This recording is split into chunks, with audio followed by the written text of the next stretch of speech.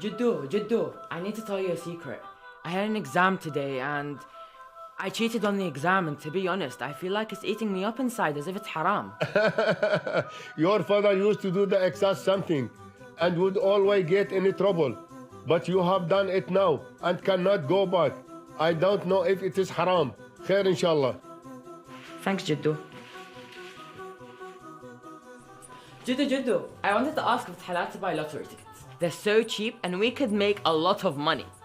I don't know if it is halal or haram, but never think about something like that again. Okay, I was just asking. Jiddu, تعبتني. What do you want now? I just wanted to ask if Sweet's beef gelatin is halal or haram. You're supposed to check it before buying it, not after. I don't know if this is halal or haram. Okay. What now? I am trying to relax. Why do you keep asking me? تعال هنا الخاطر الله. Just go watch Ahkam SOS. Any question you have, they can answer you. You can call them, message them, anything. Ask as much as you like. They can answer any question from any marja, okay?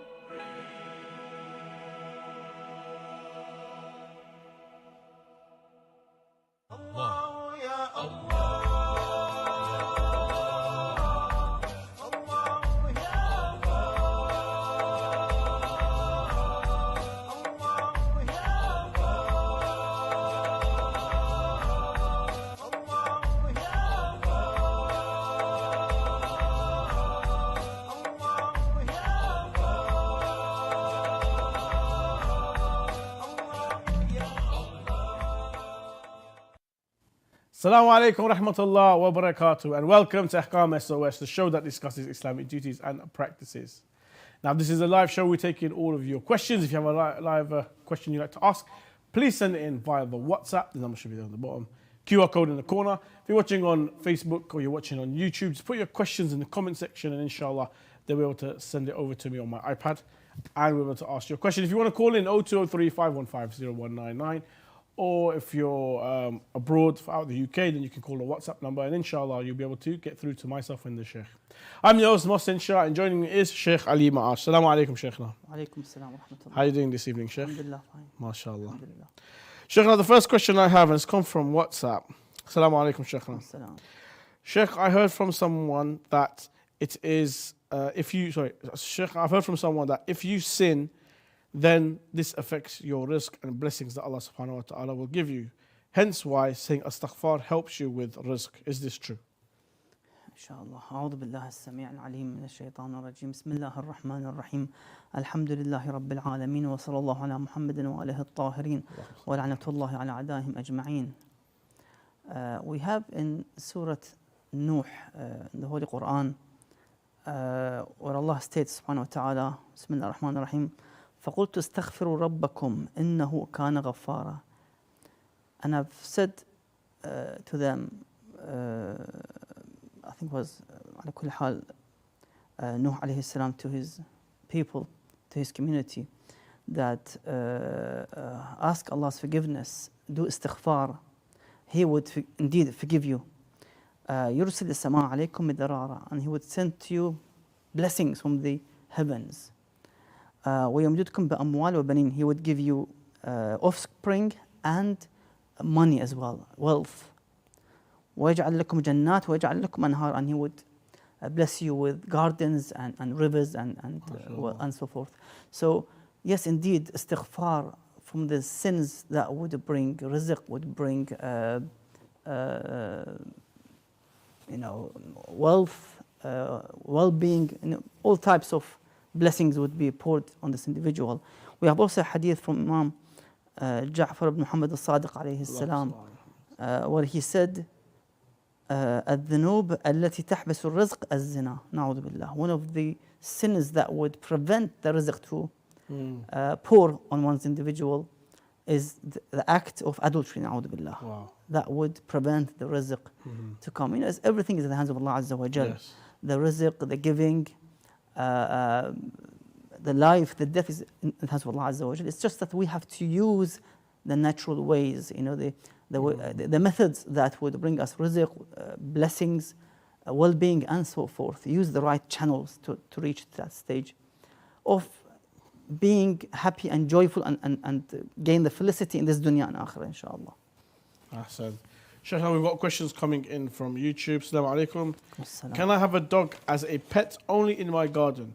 Sheikh, now, correct me if I'm wrong, because we learned this in Hausa. It is haram to buy and sell dogs, like pigs as well, because they're part of what they call najisul ayn. They are najis from their roots. Secondly, having a dog can be problematic because of the hair and wet tongue, and you know they do smell quite a lot and stuff and so forth. So having a pet dog, is this okay? I mean, somebody may argue it's okay. I'll always have separate clothes for my salah, which are clean and tahir. I'll keep the dog outside. I won't let it come into the house and so forth. Is this still okay to have a dog in Islam? Yes, as you mentioned, that some scholars would emphasize on the matter that if there's a useful aim for buying these dogs, for example, let's say security dogs to protect your garden, your farm, for example, hunting dogs, for example. So some would just restrict with these conditions that if it's for good use with these reasons, then one can do so. Otherwise, of course, to buy and sell something that has no use, let's say predators, wild animals, again, it's not allowed unless there's a benefit, as I've said before. Let's say when you open a zoo, for example, for scientific, let's say, research and so forth. It has to be some kind of useful aim and objective behind buying or selling these types of animals. Sheikh, more questions coming from YouTube. Assalamu alaikum. I've noticed a common thing. Sheikh says that Sheikh says that is to get up and pray 2 rakat. Could you please tell me how to pray this prayer? What do I say? How do I do it? Sheikh says, and that is to get up and pray 2 rakat. How to pray 2 rakat? Same as praying Fajr, I guess. Well, if it's daily obligatory salah, wajib salah, daily salah, which is, let's say, Salat al-Subuh, in Fajr time, of course, wake up, do the wudu, pray 2 rak'ah salah, and go back to sleep if you don't want to be awake for the whole, from dawn to sunrise, which is emphasized. It is emphasized that so you wake up at the Fajr adhan. Yes. You do the wudu, you pray your Fajr. That's the wajib, at minimum. And then you stay awake until the sunrise, which is going to be about an hour hour and 45 minutes. Roughly, yes. Half, yes. Doing dhikr, Ibadah, Quran, dua, anything. Studies, does that count? If you're going to read hadith? Yes, you can revise. Sometimes you can read some books, for example. Islamic study. Yeah, I mean, sometimes I do it. Sometimes when I have the feeling for that. Until sunrise. Sunrises. And then you sleep after sunrise. And then you can sleep after sunrise. Exactly. Or get up and go start your day, go to the gym or start your work or whatever. From YouTube, Assalamu alaikum, Sheikhna. Can I gift my friend makeup? Good question. Am I allowed to purchase makeup as a gift? To give makeup? Yeah. Why not? Yeah, any types of gifts. A female gift to a female, for example. A sister to a sister, for example. Or a husband to his wife, for example, as a makeup, as a gift. Why not? Perfumes. Yeah. Yeah. From YouTube, Assalamu alaikum, Sheikhna. Can I wear any color abaya or does it have to be black? Sheikhna, is it true wearing black, especially all black, is makruh? And secondly, for the females, I've heard it is better for them to wear black. Yeah, there are exceptions in terms of wearing black. Let's start from the men's side. That for the men, I think it's also mentioned as a narration to wear a black abaya. The abaya, yeah. It's called abaya as well in Arabic. So to wear black amama, which is a black turban for the sayyids, for example. These are exceptions that would not include the discouragement or makruh to wear black, other than the times of the shahada of Ahlul Bayt, which turns into be as a mustahab act. For the sisters, of course, black is better because it has less eye-catching and attractive from the other side. But if whatever they want to wear, it's not that attractive, they can actually wear other colors, let's say navy and so forth. But if it doesn't If it's not really light or eye-catching, then of course, that's another issue. So it depends how, sometimes the alim would refer back to the urf or to the norm. So the norm, people would define if this is too much, if this is now turned into zina and beauty, then it becomes haram. Fair. From YouTube, Assalamu alaikum, Sheikhna. I'm reposting videos on TikTok regarding Palestine, and some of those videos, a woman is talking, she's not wearing a hijab, or at times wearing it, but her neck shows. Is it okay to repost? I am reposting videos on TikTok regarding about a topic. The video, a woman is talking, not wearing hijab, and at times wearing it, but her neck shows. Is that okay? You see, we have to go back to the ulama and to see how much we can show in terms of the woman who has no hijab, for example.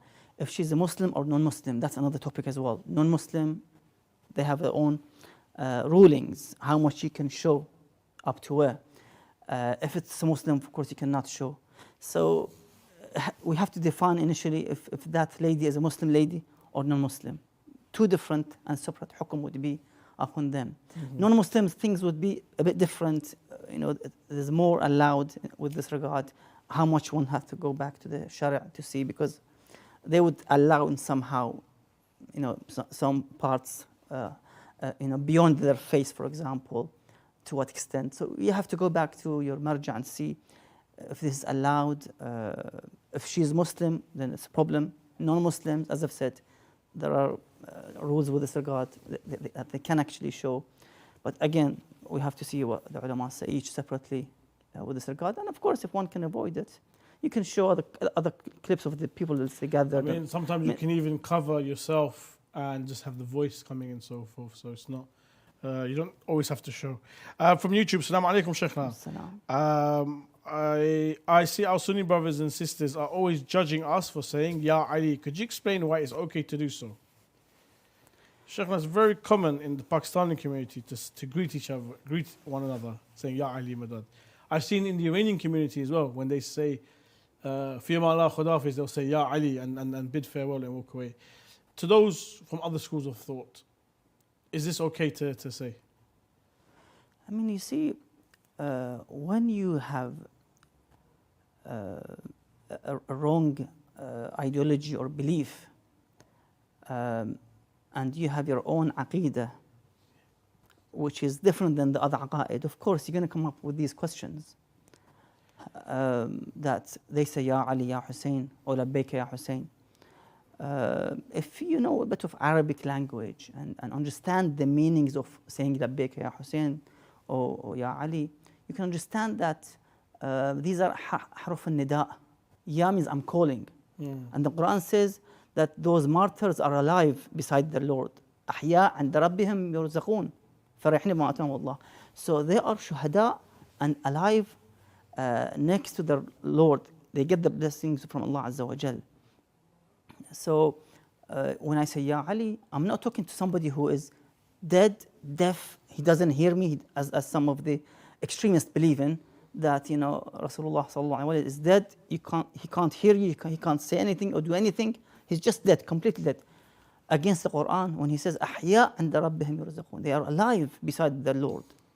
So they can hear and listen better than us when we call each other. So, and they are awliya Allah Azza wa Jal. Either the Prophet of Allah sallallahu alaihi wasallam or his vicegerents, the Imams of Ahlul Bayt alayhim salam.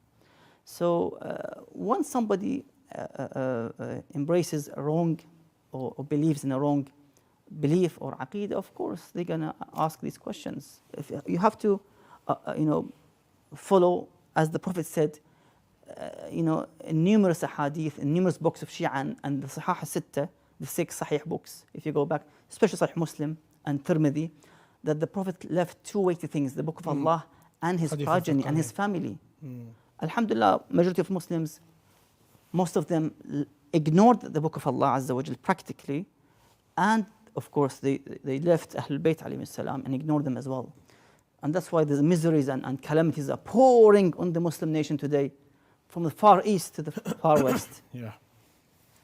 From YouTube, Assalamu alaikum, Sheikhna. How do I overcome extreme waswasa is always present during acts of worship. I try and read English Quran daily and Surah Yasin, but don't know what to do. Okay, so either your waswasa is that you are forgetting where you are in prayer and maybe your mind is drifting, or you're hearing voices. If you're hearing voices, go see a doctor as soon as possible. But in prayer, Sheikh, sometimes there's a lot on our mind, we're not concentrating properly. What advice can you give to those to help them focus during prayer time and ignore waswasa? I mean, best practical way is to ignore it. Just ignore it and move on. When the Imam Sallallahu was asked about this issue, he said, ask that individual. He will tell you it's from the shaitan. Yeah. So sometimes the Satan's and the devil's whispering would cause this issue, and shaitan has different ways. He wouldn't just deceive one through wealth or other things, through the ibadah itself. So one should ignore this waswasa and obsessiveness. And one of the ways that can help to recite Surah Yasin every day, inshallah. That would help a lot, inshallah.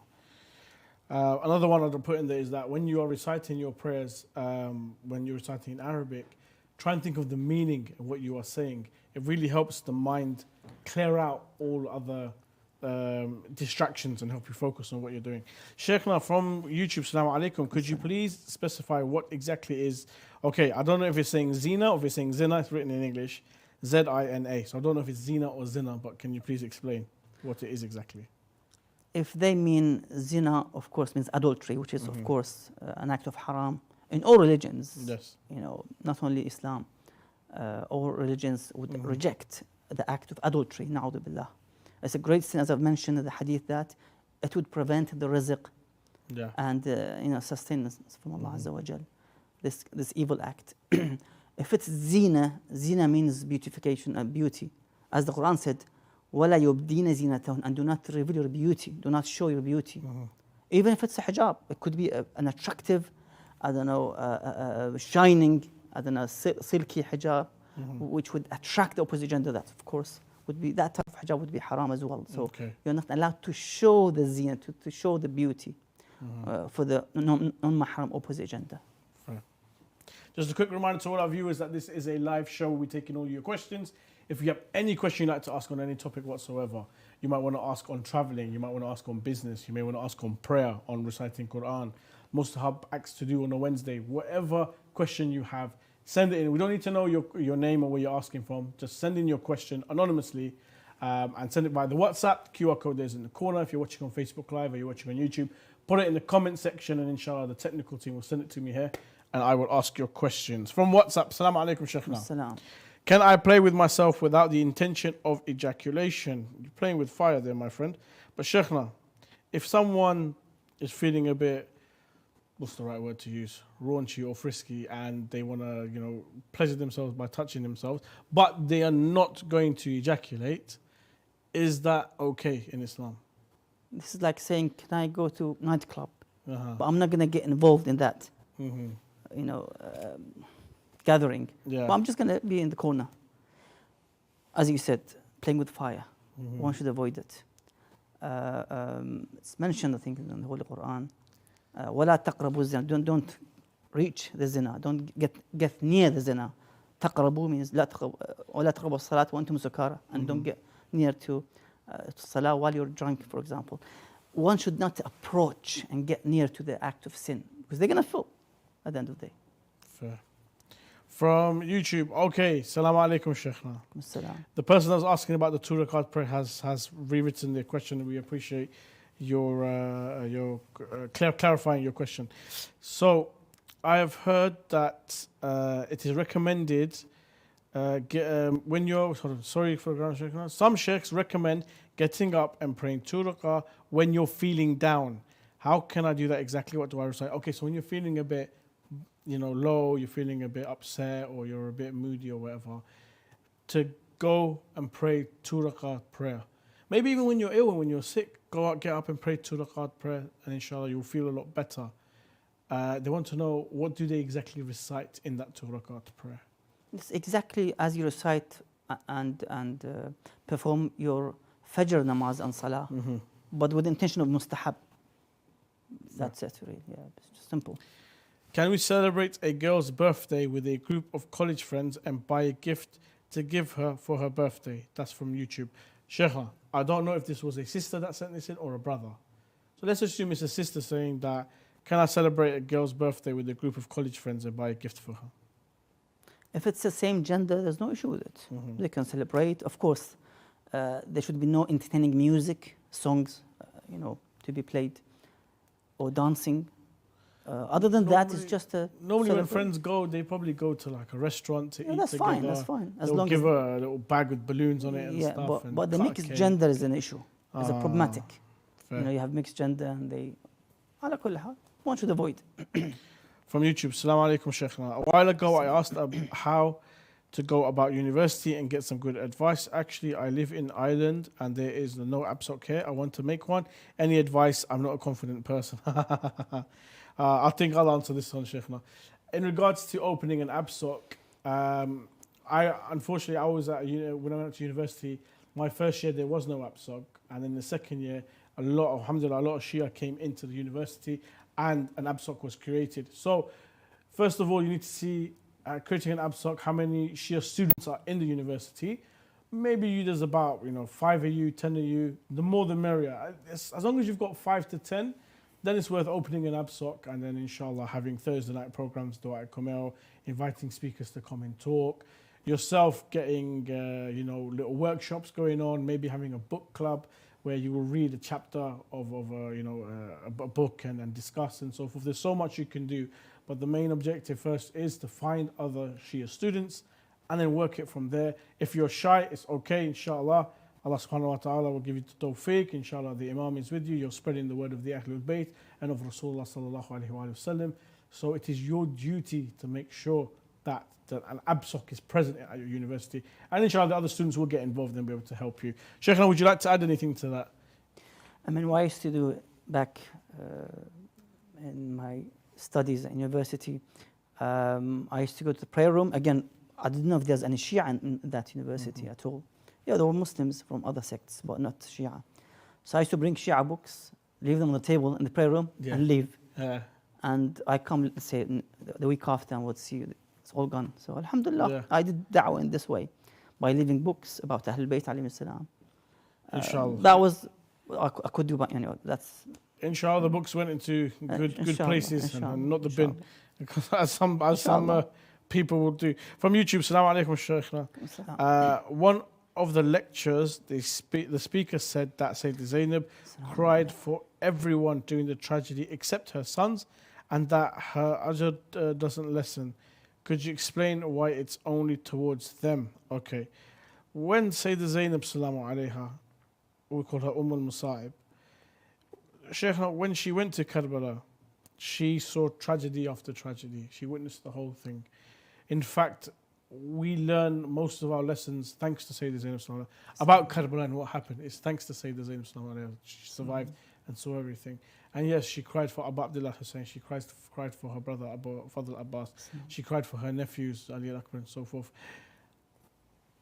Her not crying for her sons, is it a case of these people were more important, or was it a case she forgot her son?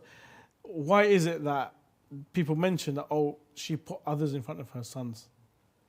Well, if this source was a reliable source, let's say, authentic source, then of course she didn't want to break up in front of Imam Hussein salamullah alayhi, just that, I lost my sons because of La Samahallah. So she tried to basically stay strong and tell Abu Abdullah salamullah that even my sons are sacrificed for you. What's important for me is as you and Abbas alayhi salam and your sons. That was the most important for the Zainab salamullah alayha. So these are all part of the sacrifice of Sheikhna, when on the day of Ashura, even the non-Sada stepped forward first and said, no one from Bani Hashim will fight until all of us have given our lives to protecting you. And once everyone had died and was martyred, that's when Bani Hashim started to send their fighters forward. But there was a strong emphasis on protecting Abu Abdullah Hussein and the house of Hussein. Inshallah, we pray that may the tragedy of Karbala continue to be mourned and commemorated year after year, inshallah. In some articles, it says Bibi Zainab. What does Bibi stand for? Oh, very good question. Bibi Zainab, when I was growing up in the Pakistani community, in the Pak community, we always referred to Fatima Zahra salam alayha as Bibi Fatima. We always referred to Sayyida Zainab as Bibi Zainab. Bibi for us was a very, very respectable title to put in front. And also Bibi, we'd call the elders of our family out of respect and love. But yeah, Sheikh, maybe you know more coming from an Iraqi and Iranian background. The word Bibi put in front of Sayyida Zainab salam alayha, Fatima Zahra salam alayha, what's it used for? I think this comes from Indo-Pak background, not from Iraq or Iran, because Bibi in Iraq or Iran is for the grandmother. We call her Bibi. We never call her, for example, Zainab alayha salam as Bibi Zainab. We say Sayyida Zainab. Yeah. I think what I heard that Bibi means Alawiyya, from daughters of Rasulullah sallallahu alaihi wasallam. Possibly. Sayyida. Yeah. Alawiyya. Zainab. I think that's how I heard. I think you should have more knowledge than this. Yeah, I'll find out. I'll ask my elders. But I remember growing up, it was always Bibi Fatima, Bibi Zainab. It was always like that. Sheikh, now we're going to go to a short break. Join us after the break as we continue taking your questions here on Ahkam SOS. If you have a question you'd like to ask, please send it in via the WhatsApp. Numbers there on the bottom, QR code. If you're watching on Facebook Live, or you're watching on YouTube, put it in the comment section and inshallah, we'll be able to answer your questions. We're going to take a short break. See you after then. Assalamu alaikum. I have a question regarding keeping pictures of scholars. Is it permissible to plant trees by or over Islam the established based on peace and Is it non-violence? permissible to collect donations for charity projects from Is it permitted to consume canned food imported from non-Muslim countries? Is there an issue for men looking at non-Muslim women? To have your questions answered live, WhatsApp us on +44 7415 092155. Jiddu, I need to tell you a secret. I had an exam today and I cheated on the exam, and to be honest, I feel like it's eating me up inside as if it's haram. Your father used to do the exact something and would always get in trouble. But you have done it now and cannot go back. I don't know if it is haram. Khair inshallah. Thanks, Jiddu. Jiddu, I wanted to ask if it's halal to buy lottery tickets. They're so cheap and we could make a lot of money. I don't know if it is halal or haram, but never think about something like that again. Okay, I was just asking. Jiddu. تعبتني, what do you want now? I just wanted to ask if Sweet has beef gelatin, is it halal or haram? You're supposed to check it before buying it, not after. I don't know if this is halal or haram. Okay. What now? I am trying to relax. Why do you keep asking me? تعالي هنا الخاطر الله. Just go watch Ahkam SOS. Any question you have, they can answer you. You can call them, message them, anything. Ask as much as you like. They can answer any question from any marja, okay?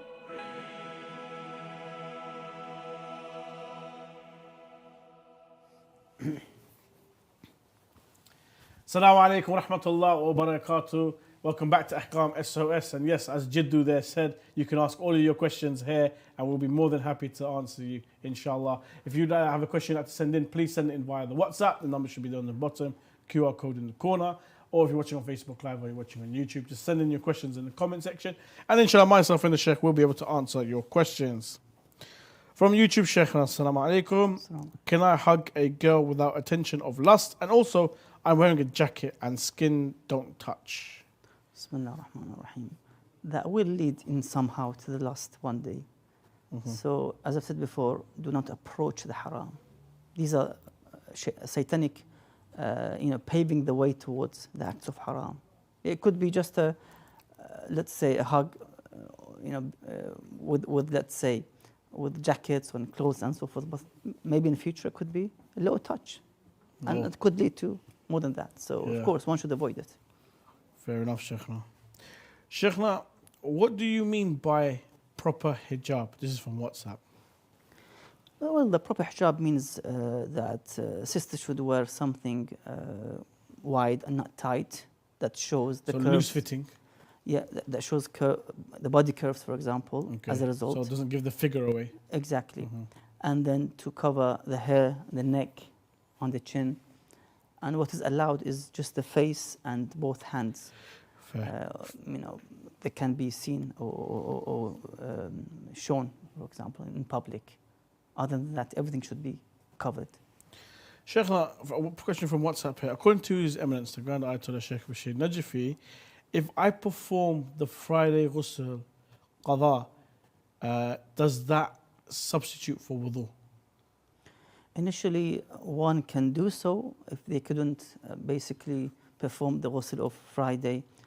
On Friday, they can do qada on Saturday, next day, with the intention of qada, but they cannot pray with this type of ghusl, qada of Friday ghusl. They can't replace it with wudu. They have to do wudu after the ghusl and pray the salah. Fair. Sheikh, I've got a question here from WhatsApp. Is it permissible to use in our foods oils delivered from fish that are forbidden to us? What about using such oils for other matters? Okay, very good question there. Sheikh, we always have fish with scales. Even with caviar, it has to come from fish with scales. What about the fish oils?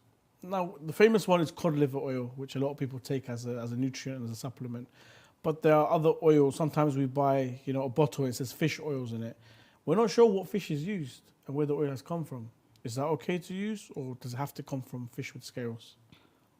No, you have to make sure that it comes from a fish with scales, and generally the way they caught the fish, for example, in that country, they would catch it by tools, by hand, or let's say by net, and the fish doesn't die inside the water, for example. So otherwise, if it's with a fish with scales, for example, yes, you can consume the oil of the fish. What if the oil is not for consuming? If the oil is used for, I don't know, on car parts, to like oil greasy car parts, or used for other things, maybe to put in your hair or something like that. Yeah, you can use it, because as far as you don't consume it, the haram type of fish, external use is allowed. Yes. Okay, so as long as you're not eating it, you can use it for other things. There's no problem with that. From YouTube, are there things I can do that would erase my ugliest sins? Sheikhna, all of us are not perfect and we will have shortcomings. Astaghfar, repenting, reading Surah Tawbah, reflecting on what you've done and the damages it can cause to your soul and so forth. But what else can they do for great sins? What can people do to try and wipe and erase their sins? Just one word. Stop making sins. That's it. Stop the sins. As the Prophet said, sallallahu alaihi wasallam, al-wara' an maharimillah is to refrain from the sins itself. Maharimillah azza wa jalla. So just refrain. That's it. It's like somebody asking, I want to stop and quit smoking. What should I do? Just stop smoking. Stop smoking. Khalas, that's it. Yeah, doesn't work. Na'udhu billah, somebody who drinks alcohol. Stop drinking. That's it. Fair. From WhatsApp, if a person has lots of doubts in wudu, prayer, ghusl, etc., what should he do? I think we just answered a couple of minutes ago. Yeah. That you have to ignore the doubts. Ignore your doubts, and you probably have OCD. That's why you're continuously, auditing and checking your wudu and so forth. But also, Sheikhna, it's recommended that maybe once or twice a year to go to a sheikh and perform your wudu, perform your salah, so that they can watch and make sure that you're doing it properly and that you're not making any errors. So then gives you a bit of reassurance as well. Yeah. From YouTube, is tuna from any company halal? Tuna fish, Sheikhna, in general is halal. And I guess wherever you buy it from, it's okay, no? Well, I've heard many stories and scenarios about tuna fish. Some say some of them is halal, some of them is haram. To be honest, I'm still unsure about if it's all types are halal. But as long as they have some scales, of course it's halal. Tuna is a big fish and it does have scales. And it's really, really big. And very, very common. A lot of people eat it. From YouTube, are there any Islamic Shia books written as novels that you can recommend? Okay. Novels. Sheikhna, are you aware of any Islamic books which maybe discuss the stories of the Ahlul Bayt and so forth as a storybook? I can't remember now. I have to go back and. Peshawar Nights is a nice one. Peshawar Nights is about Two debates, people, Sunni Shia debate. Yeah, a debate which happened in the 1920s. Like 2-3 weeks of nights of debate. So that's a nice one. It's based on a true story. Could be a good one. Yeah. Also, Then I Was Guided, which is this is also some kind of novel, you can say. Yeah, that's nice. That's a biography. That's quite a nice story. I read a book called An Affair of the Heart by Anita Rai. It is about a Hindu girl in India who has dreams of the Prophet Rasulullah sallallahu alaihi wasallam and also Amirul Mu'mineen and the conversations they have and so forth. She's a Hindu girl. She has no link to Islam whatsoever. But in her dreams, she would see this stuff, and she's documented it down, which is a really nice read. Apart from that, I don't know of any other famous novels in regards to Shia literature and so forth. But I'm sure there's plenty of poetry available, no, Sheikh? Exactly, as well. Fair. Is there such thing as an inappropriate book? Sheikh, too. Is there such thing as an inappropriate book? Can a book be inappropriate? Not really, considering most books are to give knowledge. Maybe there are some books which are not necessarily suitable to read. Maybe they're adult books or, explicit sexual books and so forth. But what about other books, Sheikhna, such as books that in regards to black magic or books in regards to the jinn and so forth? Would you consider these as inappropriate? I mean, our ulama discuss the issue of reading deceiving books which are against the aqidah, let's say about existence of Allah Azza wa Jal, about, let's say, Ahlul Bayt alayhim salam, that they would attack Ahlul Bayt in somehow. There are some books written with this regard from the other side, the extreme side of non-Shia, who attack Ahlul Bayt, attack Imam Sadiq, na'udhu billah. So these books people shouldn't read. I mean, even ulama, they have fatwa that these deceiving books, you cannot read them. That could affect your aqidah and belief. From WhatsApp, when making dua, is it better to ask Allah for the sake of Muhammad or Ali Muhammad, or is it better to directly ask the Imams for our needs and to directly grant us rizq? Yes, we have like narration which says that when you start the dua, make sure you have the salawat on the first and the end, so that your hajj would be raised and accepted, inshallah. So I think the question here was, should I say, Ya Allah, please give me more rizq, bhakke Muhammad or Ali Muhammad, or can I be like, Ya Ali, Ya Muhammad, please grant me more rizq and so forth, Allahumma salli ala Muhammad, and like that. So you see there's difference there. One is, I asked Allah by the sake of Muhammad or Ali Muhammad, and then I asked Rasulullah and Amirul Mu'mineen, what is the better of the two, or there's no difference whatsoever? It's okay to recite the dua as you please. I mean, the Holy Quran is very clear. It states, وَابْتَغُوا إِلَيْهِ الْوَسِيلَ, and seek means towards Allah Azza wa Jal. Allah has directed us to go and seek the wasila towards Him. As Allah Azza wa Jal sent the prophets, 124,000 prophets, to guide the people. Allah could have talked to us, to the humanity in those days, back from Adam alayhi salam. He could have spoke to sons of Adam that, believe in me, worship me. These are the books. He would throw, let's say, books of let's say, of hidayah and so forth to the people to read. But Allah Azza wa Jal Himself, to guide the people towards the right path, He would send mediations and people to talk to the people and guide them. So likewise, to go back to Allah Azza wa Jal, you need to go through the means and the medium which Allah has placed under Muhammad wa Muhammad sallallahu alayhim. Of course, bi'idhnillah Azza wa Jal, as Isa said, that I create, I raise the dead bi'idhnillah. Yeah, fair. From YouTube, do we have an actual narration of the burning door incident? Very good question. Sheikhna, unfortunately, a lot of people question the burning door incident. And now this question was in regards to, do you have any narration about it? I know, because I read it myself, Kitab Sulaym ibn Qais, hadith number 2, a very, very long hadith where Janab Hazrat Salman Farsi, discusses Saqifa and discusses, you know, them coming to the door and so forth, the likes of Umar bin Khattab and Kunfud and so forth, coming to the door, threatening to burn the door, and also coming in attacking Sayyidah Fatima Zahra salamu alayha and so forth. That is present in Kitab Sulaim, which is probably the famous hadith. Anywhere else is the narration mentioned? You see, these historical events, we don't need that much to go through the sanad and the chain of. It's not a fiqhi issue that you have to check every narrator. Yes. And how authentic is this narrator, and what about the incident or the event? Unlike the history, I mean, Ashura, for example, I would ask the same individual, how many of the reports about the Ashura incidents, how this individual was killed, how this individual was apparently taken. with Ashura, most of it comes from the Umayyads. From Umayyad, and what their reporters. Hamid ibn Muslim, very famous narrator, and he was a reporter from Yazid. Reporting every incident, how this individual was killed, was beheaded, and so forth. So are we going to ignore, if you take them off, then maybe 60% of Ashura's incident, you have to remove it from the minbar, and you're not allowed to recite it in this case. So history, you don't have to go through so much, it's scrutinize and try to make it 100% authentic. You can't. This is history. You cannot say, 100% this thing happened or didn't happen.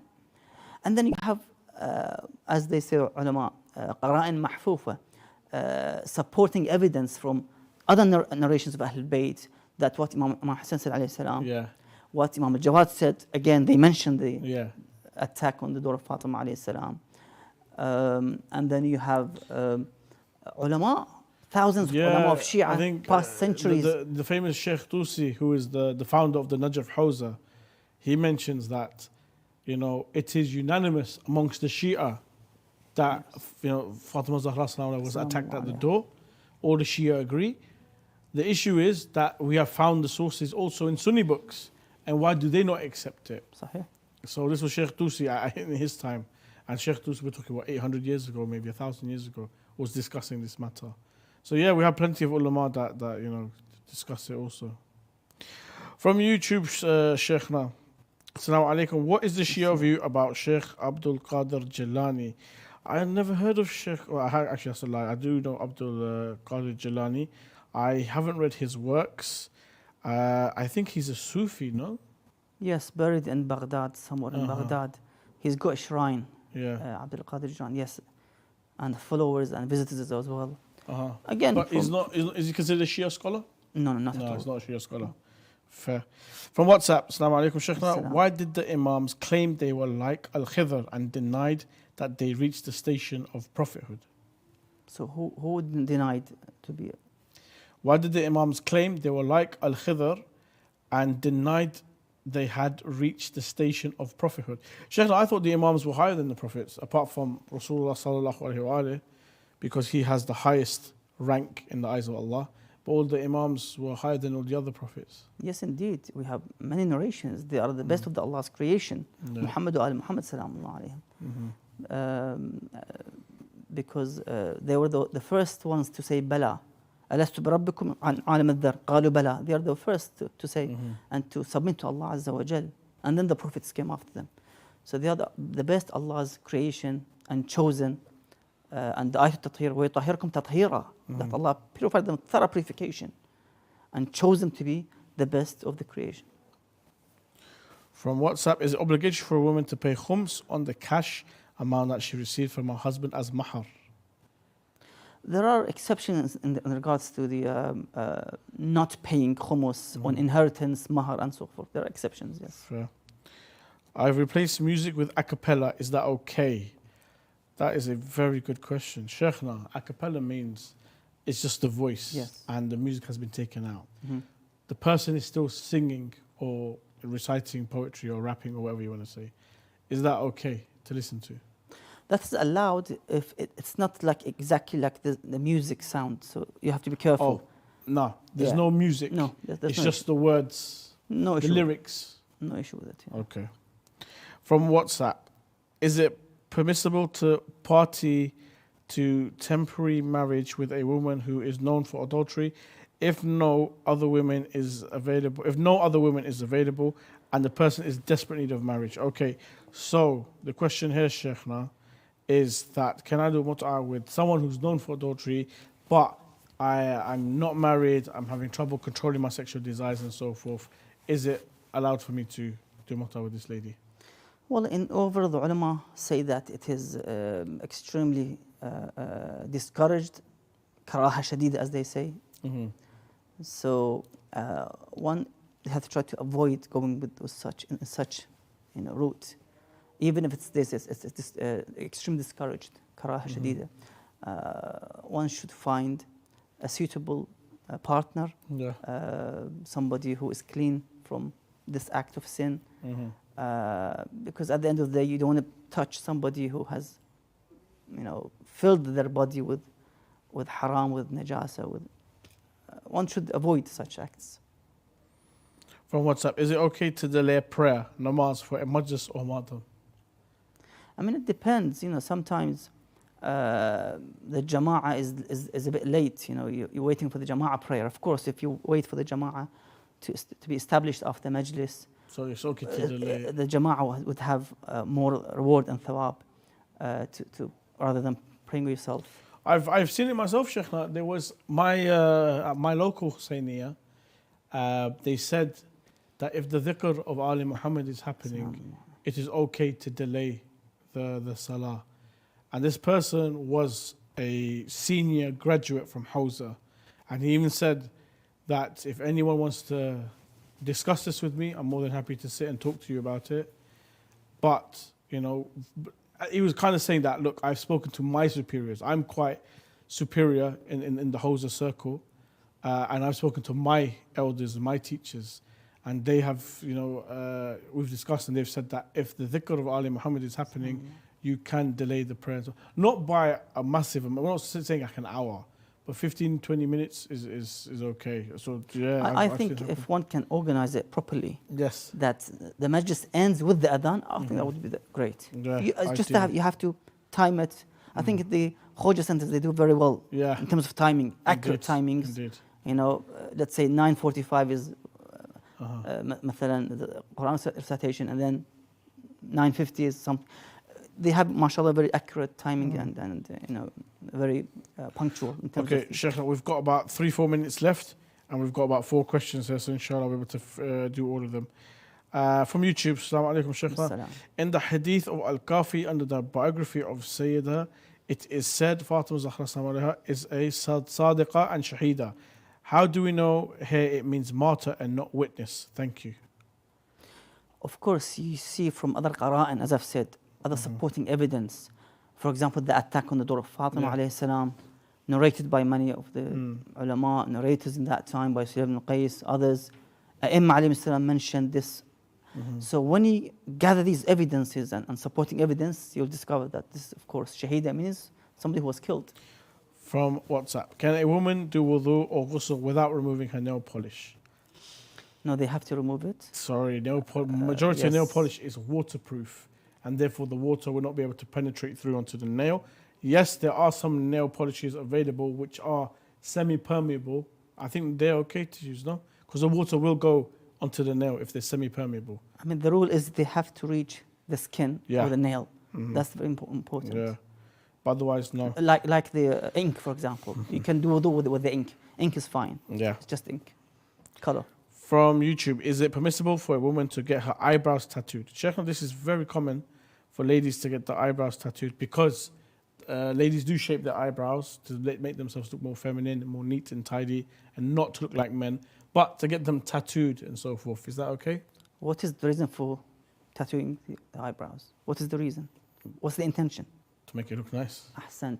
What the Quran says, وَلَا يُبْدِينَ زِينَتَهُنْ. It's problematic. From YouTube, kindly recommend some du'as for from the Ahlul Bayt as for the cure from magic. Okay, I think the Sheikh would agree with me that most black magic that you hear about is exaggerated. There are no sorcerers or wizards or even black magic being practiced.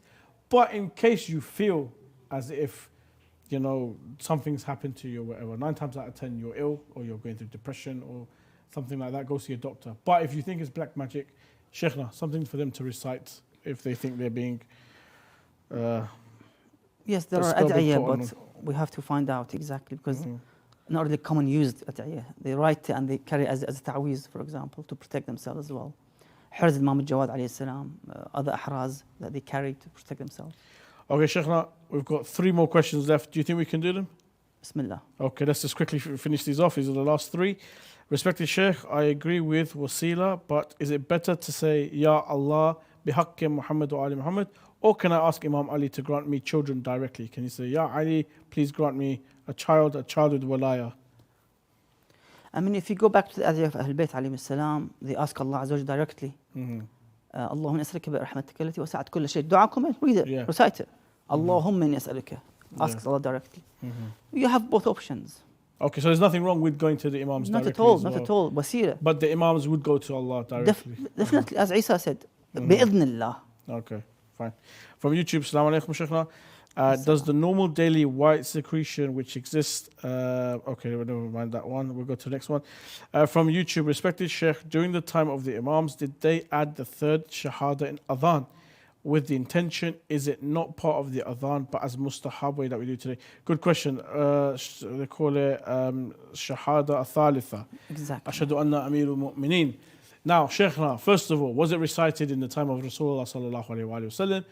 And secondly, if we recite it today, do we recite it as mustahab or getting closer to Allah subhanahu wa ta'ala, qurbatan ila Allah, or is it part of the adhan, or is it not part of the adhan?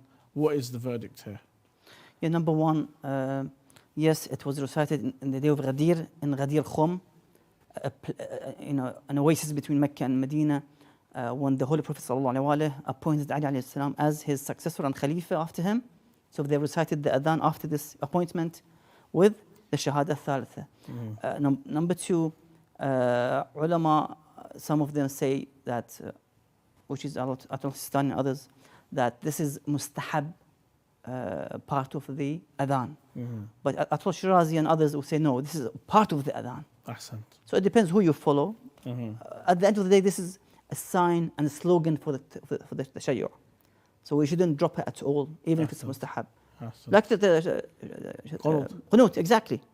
So try to preserve these, even in mustahab, which became now a slogan and a sign of the tashayyu'.